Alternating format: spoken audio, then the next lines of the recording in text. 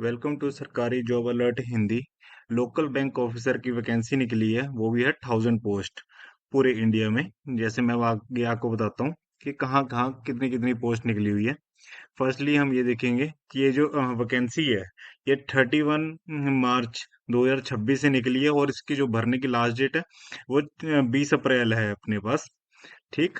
और उसके अकॉर्डिंग जैसे मैंने आपको बताया कि 1000 पोस्ट है, तो 1000 पोस्ट के अकॉर्डिंग जैसे आप देख सकते हैं कि छत्तीसगढ़ में 80 पोस्टें निकली है, गुजरात में 125 पोस्ट निकली है, हिमाचल प्रदेश में एक 20 पोस्ट निकली है, झारखंड में 10 निकली है, कर्नाटका में 60 निकली है, केरला में 10 निकली है, मध्य प्रदेश में 60 निकली है, महाराष्ट्र में 60 निकली है, उड़ीसा में 80 निकली है, तमिलनाडु में 65 निकली है, तेलंगाना में 30 निकली है, उत्तर प्रदेश में 200 निकली है और अरुणाचल प्रदेश में निकली है 15, असम में निकली है 50, नागालैंड में निकली है 5, वेस्ट बंगाल में निकली है 30 और पंजाब में निकली है 100 वैकेंसी। इस अकॉर्डिंग जैसे इसमें आगे लिखा हुआ है कि जैसे आप जैसे जिस जिस स्टेट के से आप भरेंगे उसमें आपको मैंडेटरी लैंग्वेज प्रोफेंसी आनी जरूरी है। तो ये चीज आगे इसमें लिखी हुई है। इसमें आगे जैसे हम चलते हैं, तो इसमें जो इसमें मेन चीज है कि जो आप ये वैकेंसी भर रहे हैं, ये वैकेंसी है आपकी लोकल बैंक ऑफिसर की। ठीक है जी। और इसमें जैसे मिनिमम जो आपकी एज मांगी गई है वो 20 ईयर्स मांगी गई है और जो मैक्सिमम एज है आपकी 30 ईयर्स मांगी गई है। 30 से ऊपर नहीं होना चाहिए कोई। और इसमें बट जैसे आपको पता है कि इसमें एससी हो गया, एससी के लिए इसमें 5 ईयर रिलैक्सेशन है अप्रोक्सीमेशन। जैसे आप देख सकते हैं 30 है, तो 30 में 5 ऐड करेंगे तो 35 हो जाएगी। ओबीसी है उनके लिए 33 ईयर्स हो जाएगी टोटल। और जैसे पर्सन विद बेंचमार्क डिसेबिलिटीज है उनके लिए 40 ईयर्स हो जाएगी। पर्सन अफेक्ट इन 1984, जो 1984 में दंगे होते हैं तो उनको 5 साल उन्हें भी रिलैक्सेशन मिलती है, तो 35 ईयर्स उनके लिए हो जाएगी। एक्स सर्विस मैन है उनके लिए 5 साल हो जाएगी। ठीक है जी।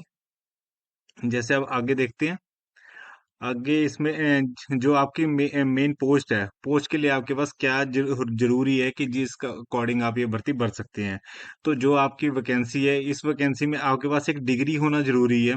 जो डिग्री जरूरी नहीं है, डिग्री आपकी आर्ट्स में हो रही है, बैचलर इन कॉमर्स में हो रही है, साइकोलॉजी में हो रही है, मास्टर्स को जिसके बाद डिग्री है वो पर्सन ये भर सकता है। और वो बस आपके पास एक जो सेंट्रल गवर्नमेंट है वहां से एफिलेटेड होनी चाहिए। और साथ ही इसमें बस थोड़ा सा एक ये है कि अगर आप वैकेंसी भरना चाहते हैं तो आपके पास एक एक्सपीरियंस भी होना चाहिए, 18 मंथ का एक्सपीरियंस अप्रोक्सीमेशन, या 1.5 साल का आपका एक्सपीरियंस होना चाहिए। और उस एक्सपीरियंस में जैसे आप post essential academic qualification experience होना चाहिए, जो कमर्शियल बैंक में होता है या फिर रीजनल रूरल बैंक का आपके पास एक्सपीरियंस होना चाहिए। ठीक है जी। और जो आपका एक्सपीरियंस है, जैसे कि यहाँ पर लिखा गया cut off date of for educational qualification post basic qualification work experience is 20 April 2026 तक का। इसके बीच में आपके पास एक एक्सपीरियंस होना चाहिए। ठीक है जी। और इसके अकॉर्डिंग जैसे अगर हम आगे चलते हैं,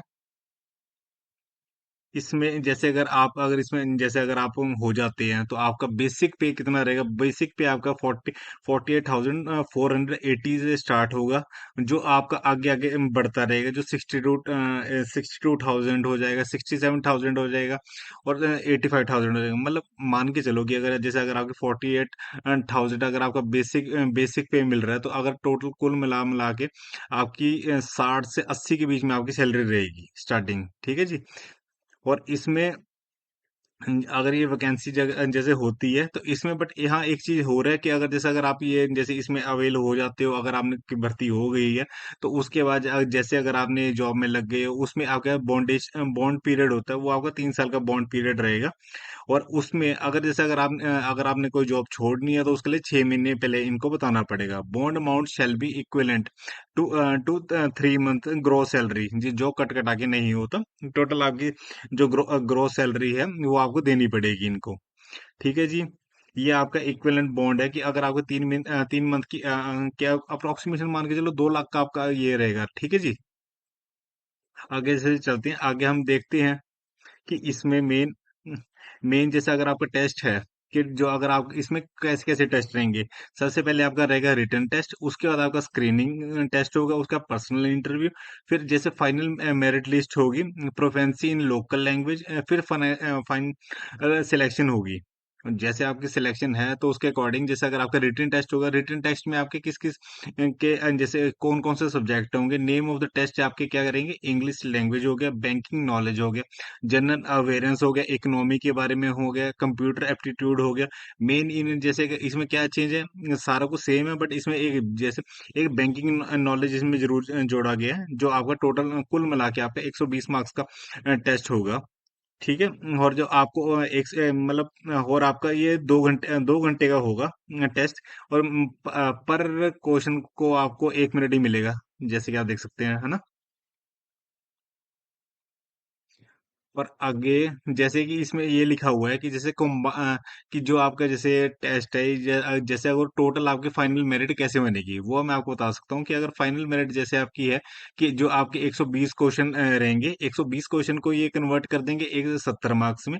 और जो बाकी आपके 50 मार्क्स है कि इंटरव्यू स्कोर्स है, जो आपके 50 उसको ये 30 में कन्वर्ट कर देंगे, तो टोटल 100 हो गए, और 100 में से आपकी फाइनल मेरिट ये ऐसे में बनाएंगे। ठीक है जी। और ये चीजें वो है एग्जामिनेशन सेंटर की, जैसे अगर आप का जहाँ से हैं, आप उस अकॉर्डिंग भर सकते हैं। वैसे आपको बता सकता हूँ थोड़ा सा कि जैसे अगर आप आंध्र प्रदेश से हैं तो विशाखापट्टनम चल जाएंगे, में आपका सेंटर बन सकता है। असम में है तो गुवाहाटी, चंडीगढ़ में तो मोहाली हो सकता है आपका, न्यू दिल्ली में तो दिल्ली एनसीआर हो सकता है, गोवा में तो पनाजी हो सकता है। ठीक है जी। इस अकॉर्डिंग रहेगा आपका।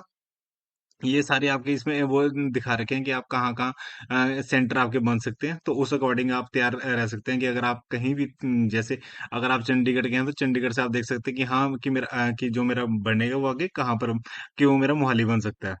और जैसे रही फीस की बात, जो फीस आपकी रहेगी, फर्स्ट थिंग वो हर जगह ही होता है, वो नॉन रिफंडेबल होती है। और जो आपकी कैटेगरी कैटेगरी है, वो कैटेगरी आपकी SC ST और PWD की आपकी जो फीस रहेगी वो 100 रुपये रहेगी, plus application taxes and payment gateway charges होती है।